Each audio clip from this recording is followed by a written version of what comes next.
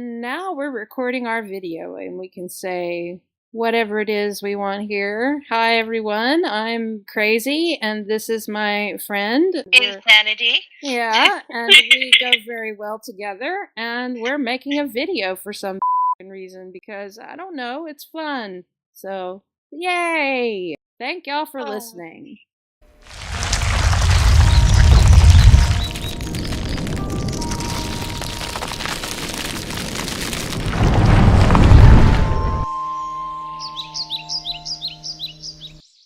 It's live. I'm so intimidated. We'll do it live. Thing sucks. Howdy, y'all. We're back with On Anger. I'm calling it On Anger because, by God, that's how I've always called it. And we're on and stuff. And stuff. Yeah. Welcome to the show. And stuff. So, are we on part? Let's see. We were talking about punishments. Now we're on section 7, right? Right. We ended off on people taking pleasure in punishment and using their anger and how that ties into anger, at least the bad, quote-unquote, bad forms of anger, right? Right. And we were like, what the hell does that mean? Just kidding. I've never been angry in my life. Oh, I'm perfect, y'all. Like, just... Mwah. I'm so unhealthy. Oh, yeah, of course. That would be unhealthy. It would if be. you weren't angry. So, I had a cough. It was awful. I'm gonna live in your lungs until you're not ready for me to explode out in a puff of air. Pretty much. Sorry. It's cold. My nose is runny. I have sounded like I've done some recording this morning, and it was all nasally because I'm all... I'm only fueled by coffee right now, so there's that too. Yeah, bring it. Bring it. Me too. Smash. All right, so smash them all with a hammer. A what? A hammer. A hammer?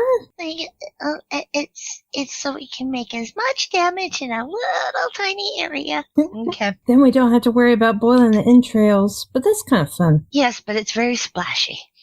We're not psycho. Not this morning. No, of course not. Never. All right. So, may it not be that, although anger be not natural, it may be right to adopt it, because it often proves useful, rouses the spirit, excites it, and courage does nothing grand in war without it, unless its flame be supplied from its source. This is the goad which stirs up bold men and sends them to encounter perils. And we talked about that last time, right? We were talking about the utility of anger and... I think so, yeah. Yeah. So... it wins elections, people. Yeah. So let's get to it. Get angry. Well, you know, those populist candidates are always great. They make things great again. Oh, right. Never mind. Okay. Some therefore consider it to be best to control anger, not to banish it utterly, but to cut off its extravagances and force it to keep within useful bounds, so as to retain that part of it, without which action become languid, and all strength and activity of mind will die away. Ooh, that's some interesting language that we haven't seen yet. I'm liking this language. It sounds so... fancy. Hey, I like being fancy. I drink this coffee with my pinky out. Thank you. Fancy. I wish I could grow a mustache so I could, like, twirl it. Oh. That'd be cool. And to think so many women spend so much money getting rid of theirs. Ah, why? You lucky thing. Hey, if you got it, strut it. Work it. All right, so it's best to use your anger, not banish it entirely, but just, you know, kind of rein it in, right? Keep it tied up and in the basement. Yeah, like that strange cousin you're ashamed of. Oh, wait, that's Harry Potter. Anyway. In the first place, it is easier to banish dangerous passions than to rule them. Right. It is easier not to admit them than to keep them in order when admitted. For when they have established themselves in possession of the mind, they are more powerful than the lawful ruler, and in no wise permit themselves to be weakened or abridged. Comments, questions? I'm not sure. Okay. I'm not sure Like, it's almost like he's anthropomorphizing them now. Anthropomorphizing passions? Yeah. Well, yeah. A lot of times we'll anthropomorphize an idea in order to make a parable better understand it, kind of thing. Yeah. Right? I mean, You can't help but, like, think of, like, what would mildly pissed off like for lunch? you know, I can't help but think of that. Oh, what is that new show on Netflix that was done by The Simpsons? They've got like this girl who's a princess, and she's got this cat that's really a demon. Oh, really? Yeah, it's something enchanted. I need to Google it. Is this gonna bug me? Not everyone is yellow in this, are they? Yeah, no, well, I mean, no, they're actually kind of pale and different colors. One guy is green, the cat's black, she's really pale. It's called Disenchantment, and there's like this cat demon. Oh. It's pretty cool. I can deal with that, as long as not everyone is yellow, like the color of jaundice. It's one reason I don't like The Simpsons. It's like, why is everyone one color, and why are they all jaundice? They ended up introducing some brown people, and they didn't give any jaundicey color to them, or they also didn't give enough variety in color, so that bothers me too. You had a Pooh with his like 13 children. Come on. Well. He had, what was it, Carl? Was it Carl? Or the other? Yeah, I think. And let's see, variety of really, really on the nose characters in the 80s, because it was the 80s, and yeah. True. Anyway, so in the next place, Reason herself, who holds the reins, is only strong while she remains apart from the passions. If she mixes and befouls herself with them, she becomes no longer able to restrain those whom she might once have cleared out of her path. For the mind, when once excited and shaken up, goes whither the passions drive it.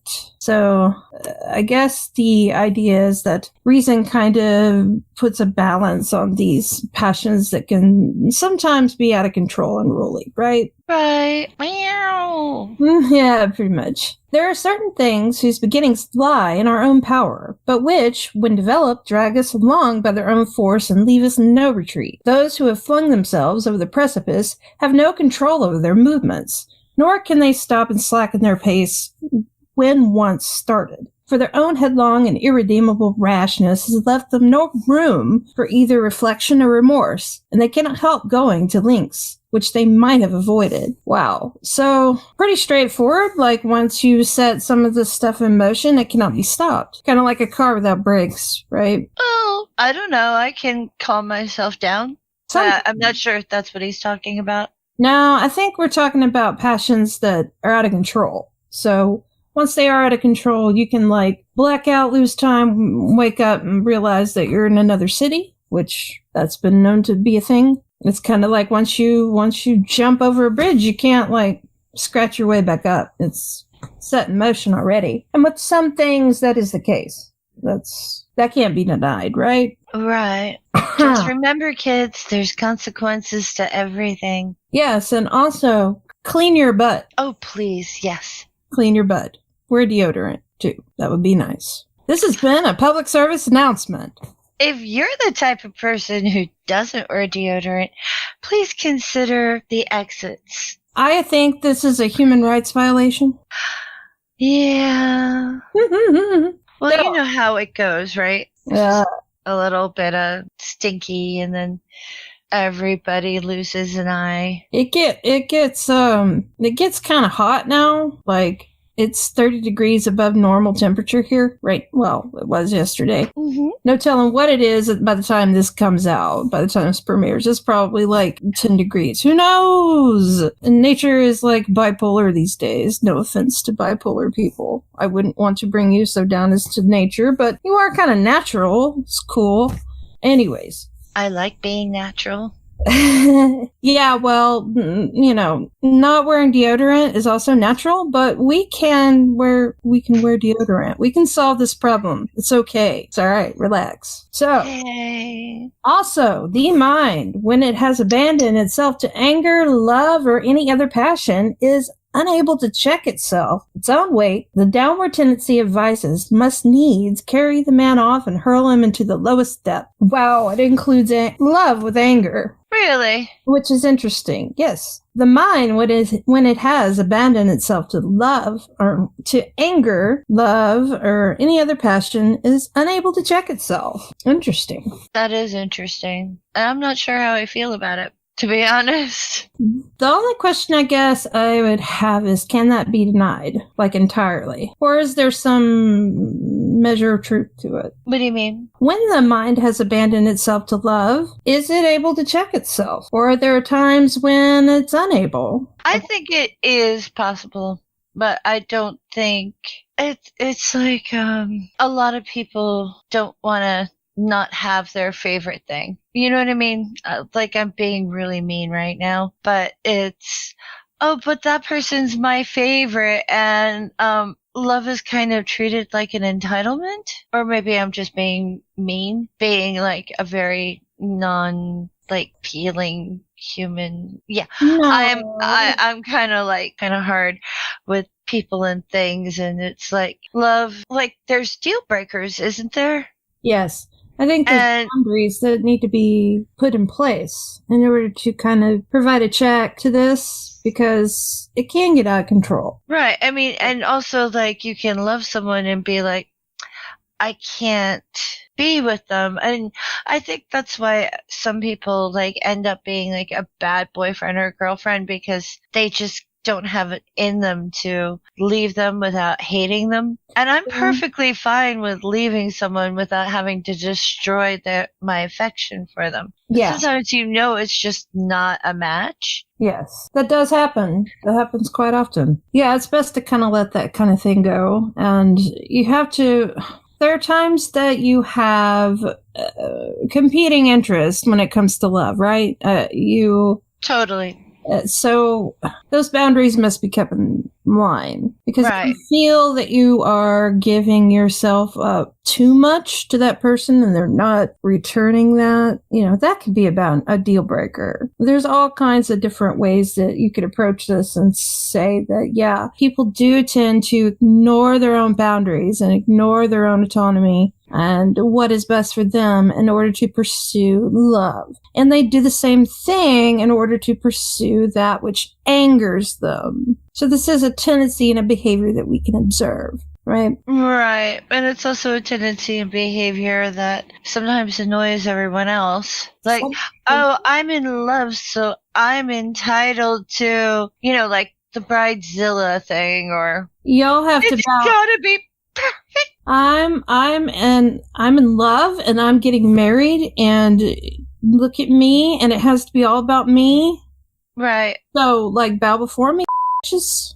What I really like are some of the stories from, like, history where it's like two people, they get together, they write a letter, and they inform the government that they are now a pair. And that's the whole marriage ceremony, blah, blah, blah. They've written a letter to say they're a couple. Yep. And that's it. And it's like, why can't we do that? And I hate to say it, but this whole bridezilla phenomenon was born in the United States. Even the whole ring bit. Nobody needs a ring to get married. Yeah, it's born from the whole idea that there's a diamond scarcity. There's not. And that diamonds are a girl's best friend. They're not. And that you have to get her this, otherwise she's not going to be happy. That's bullshit. We tend to be striving toward things that really don't matter so much. Right. And it would be nice. I mean, it's a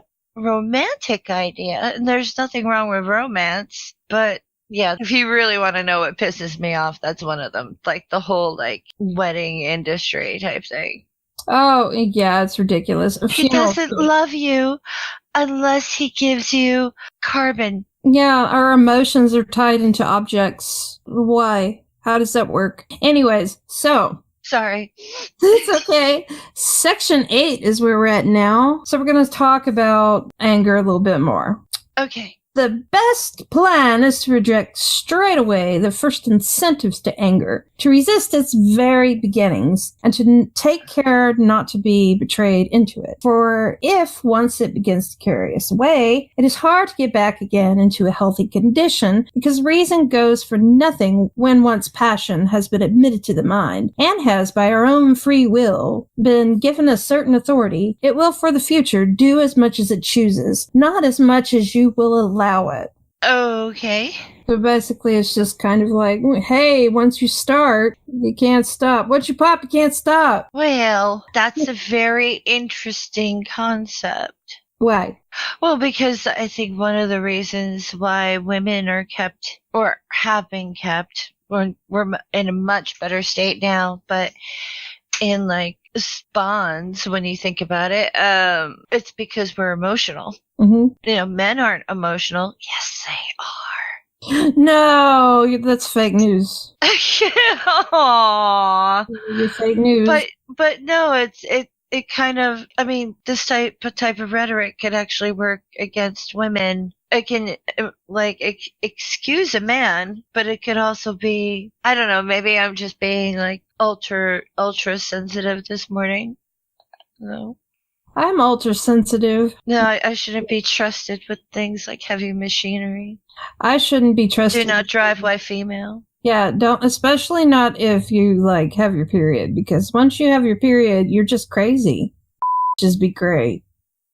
Right. Well, happily so sometimes. No, but like a lot of that rhetoric, you can hear it in Saudi Arabia, like reasons why women shouldn't do this or shouldn't do that. Yes, and it's unfair to men more than it, well, maybe not more than it is to women, but at least as much. Oh, it's awful to men, just as much as women. Can you imagine? You're the one who has to do everything. You can't trust her. You have to make all the decisions. You have to do all the driving. You have to blah, blah, blah, and blah, blah, blah. And this is not a partnership. You basically have to parent even before you have children, because, like, yeah, women are incapable, and poor you. It's just not healthy in any regard. Well, it says that men also can't be emotionally healthy, and that's just awful. Yeah. I have more confidence in men than that. I have more confidence that a man doesn't have to be a douchebag too. Yeah. Like an insecure, like, I don't trust her emotions even though she loves me. Oh, they're just going their own way. Oh, true. Self-expression in their fifis. But go on. Wait, no, men don't have fifis. Oh, no? What do they have? They don't have fifis. Stop. No fifis? No. Only women have those. Just anger? Only women bleed. Oh. So, the enemy, I repeat, must be met and driven back at the outermost frontier line. I am Spartacus. I am Captain Kirk from Star Trek. For when he once entered the city and passes its gates, he will not allow his prisoners to set bounds to his victory. The mind does not stand apart and view his passions from without, so as not to permit them to advance further than they ought, but it is itself changed into passion, and is therefore unable to check what once was useful and wholesome strength, now that it has become degenerate and misapplied. For passion and reason, as I said before, have not distinct and separate provinces, but consist of the changes in the mind itself, for better or for worse. Now, this is very interesting that he brings this up, because a lot of the neurological stuff that I've been watching talks about how there is in fact, in The Gift of Fear, it talks about this, how there is a direct link to, like, the emotional centers and the prefrontal cortex and things that you see before you're really aware of them. Yeah. It works really, really quick. So in order to have some kind of balance on that, you must kind of be aware of it. It's like a two-way street, right? Right. Between passions and the checks and balances of reason. They're not like separate places, in other words. They both kind of work together as a unit. That's interesting. Yeah, I think so. So he asked the question, how then can reason recover itself when it is conquered and held down by vices, especially when it has given way to anger? Or how can it extricate itself from confused mixture, the greater part of which consists of the lower qualities? But argues our adversary, some men, when in anger, control themselves. Do they so far control themselves that they do nothing which anger dictates, or somewhat? If they do nothing thereof, it becomes evident that anger is not essential to the conduct of affairs, although your sect advocated it as possessing greater strength than reason. Finally, I ask, is anger stronger or weaker than reason? If stronger, how can reason impose any check upon it, since it is only the less powerful that obey? If weaker, then reason is competent to effect its ends without anger, and does not need the help of a less powerful quality. But some angry men remain consistent and control themselves. When do they do so? It is when their anger is disappearing and leaving them of its own accord, not when it was red hot, for then it was more powerful than they. What then? Do not men, even in the height of their anger, sometimes let their enemies go whole and unhurt and refrain from injuring them? They do. No. Do they? Not often, but they do. They can. But when do they do so? Is it when one passion overpowers another, and either fear or greed gets the upper hand for a while? On such occasions, it is not thanks to reason that anger is stifled, but owing to an untrustworthy and fleeting truce between the passions. So it's saying basically it doesn't, even reason can sometimes fail if it is not strong enough. That is scary. But it does kind of highlight just exactly how dangerous it is. It explains a lot of behaviors that we see in humankind. Don't you think? Yes and no. But yes. And no. It's kind of like, well, I could have killed her, but she was useful to me, so I let her live. Right. She had money or something. I watch too many crime shows. Sorry. I do too. Haven't you heard this before? Yeah. Unfortunately, I have. It's not a good thing. No, not necessarily. Not really. Not at all. No, it's not a good thing. It's just not good. It's not good. So hopefully, no. I mean, what do you think what do we do with this information? Now that we know that there's a way that people can get so angry that they do despicable things, and sometimes the only thing that counters that is some other vice that matters more, like greed. It's profound. I think the key to that is not getting pissed off or having some, is it, I'm sure everyone's been pissed off to that point. What gets me is the amount of selfishness involved. Yeah. Because, I heard things from crime shows like, I killed her, but she was in my way, and blah, blah, blah, and she's going to heaven anyway because she was a good person. They kind of mix their excuse, I did her a favor. Oh, yep, you hear that a lot. I did her a favor, or I did him a favor. He wasn't having a great life, but he had money, and I need money, so... Mm-hmm. And it's like, what?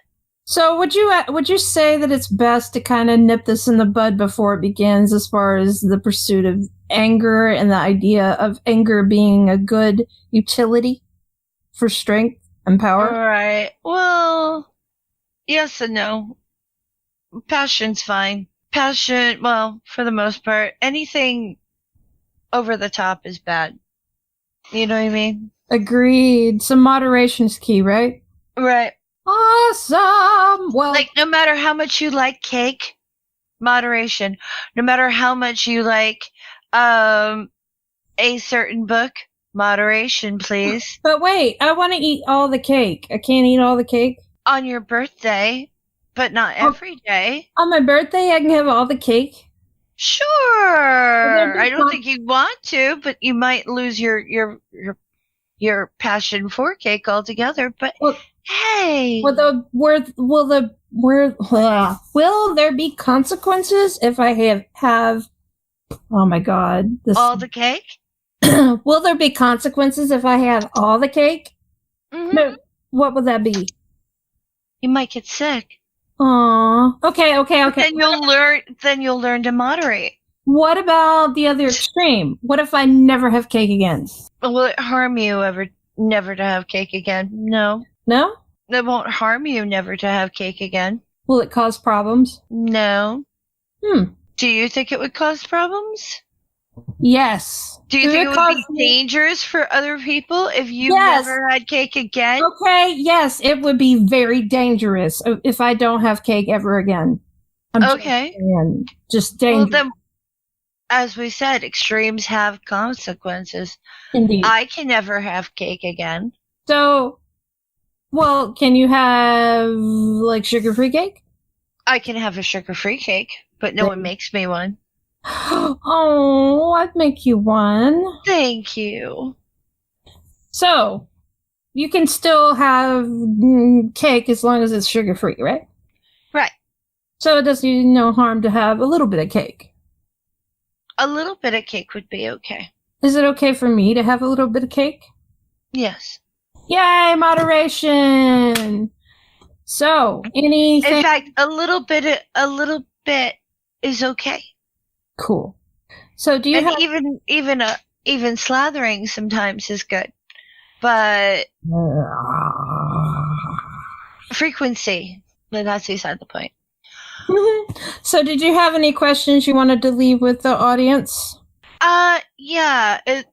Do you know of an extreme thing that you would consider to be good? Like, have you ever denied or let yourself access anything, whether it's something on an intellectual level?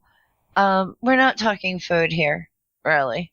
That's just an easy comparison. But, like, when is moderation not good? Or do you think there's an exception to a one thing at a time type of, like... That's a good question. You know what I mean, right? I'm not phrasing it well. I've only had a quarter cup of coffee this morning. Is there such a thing as too much knowledge? Too much, of something good, right? Of course there is.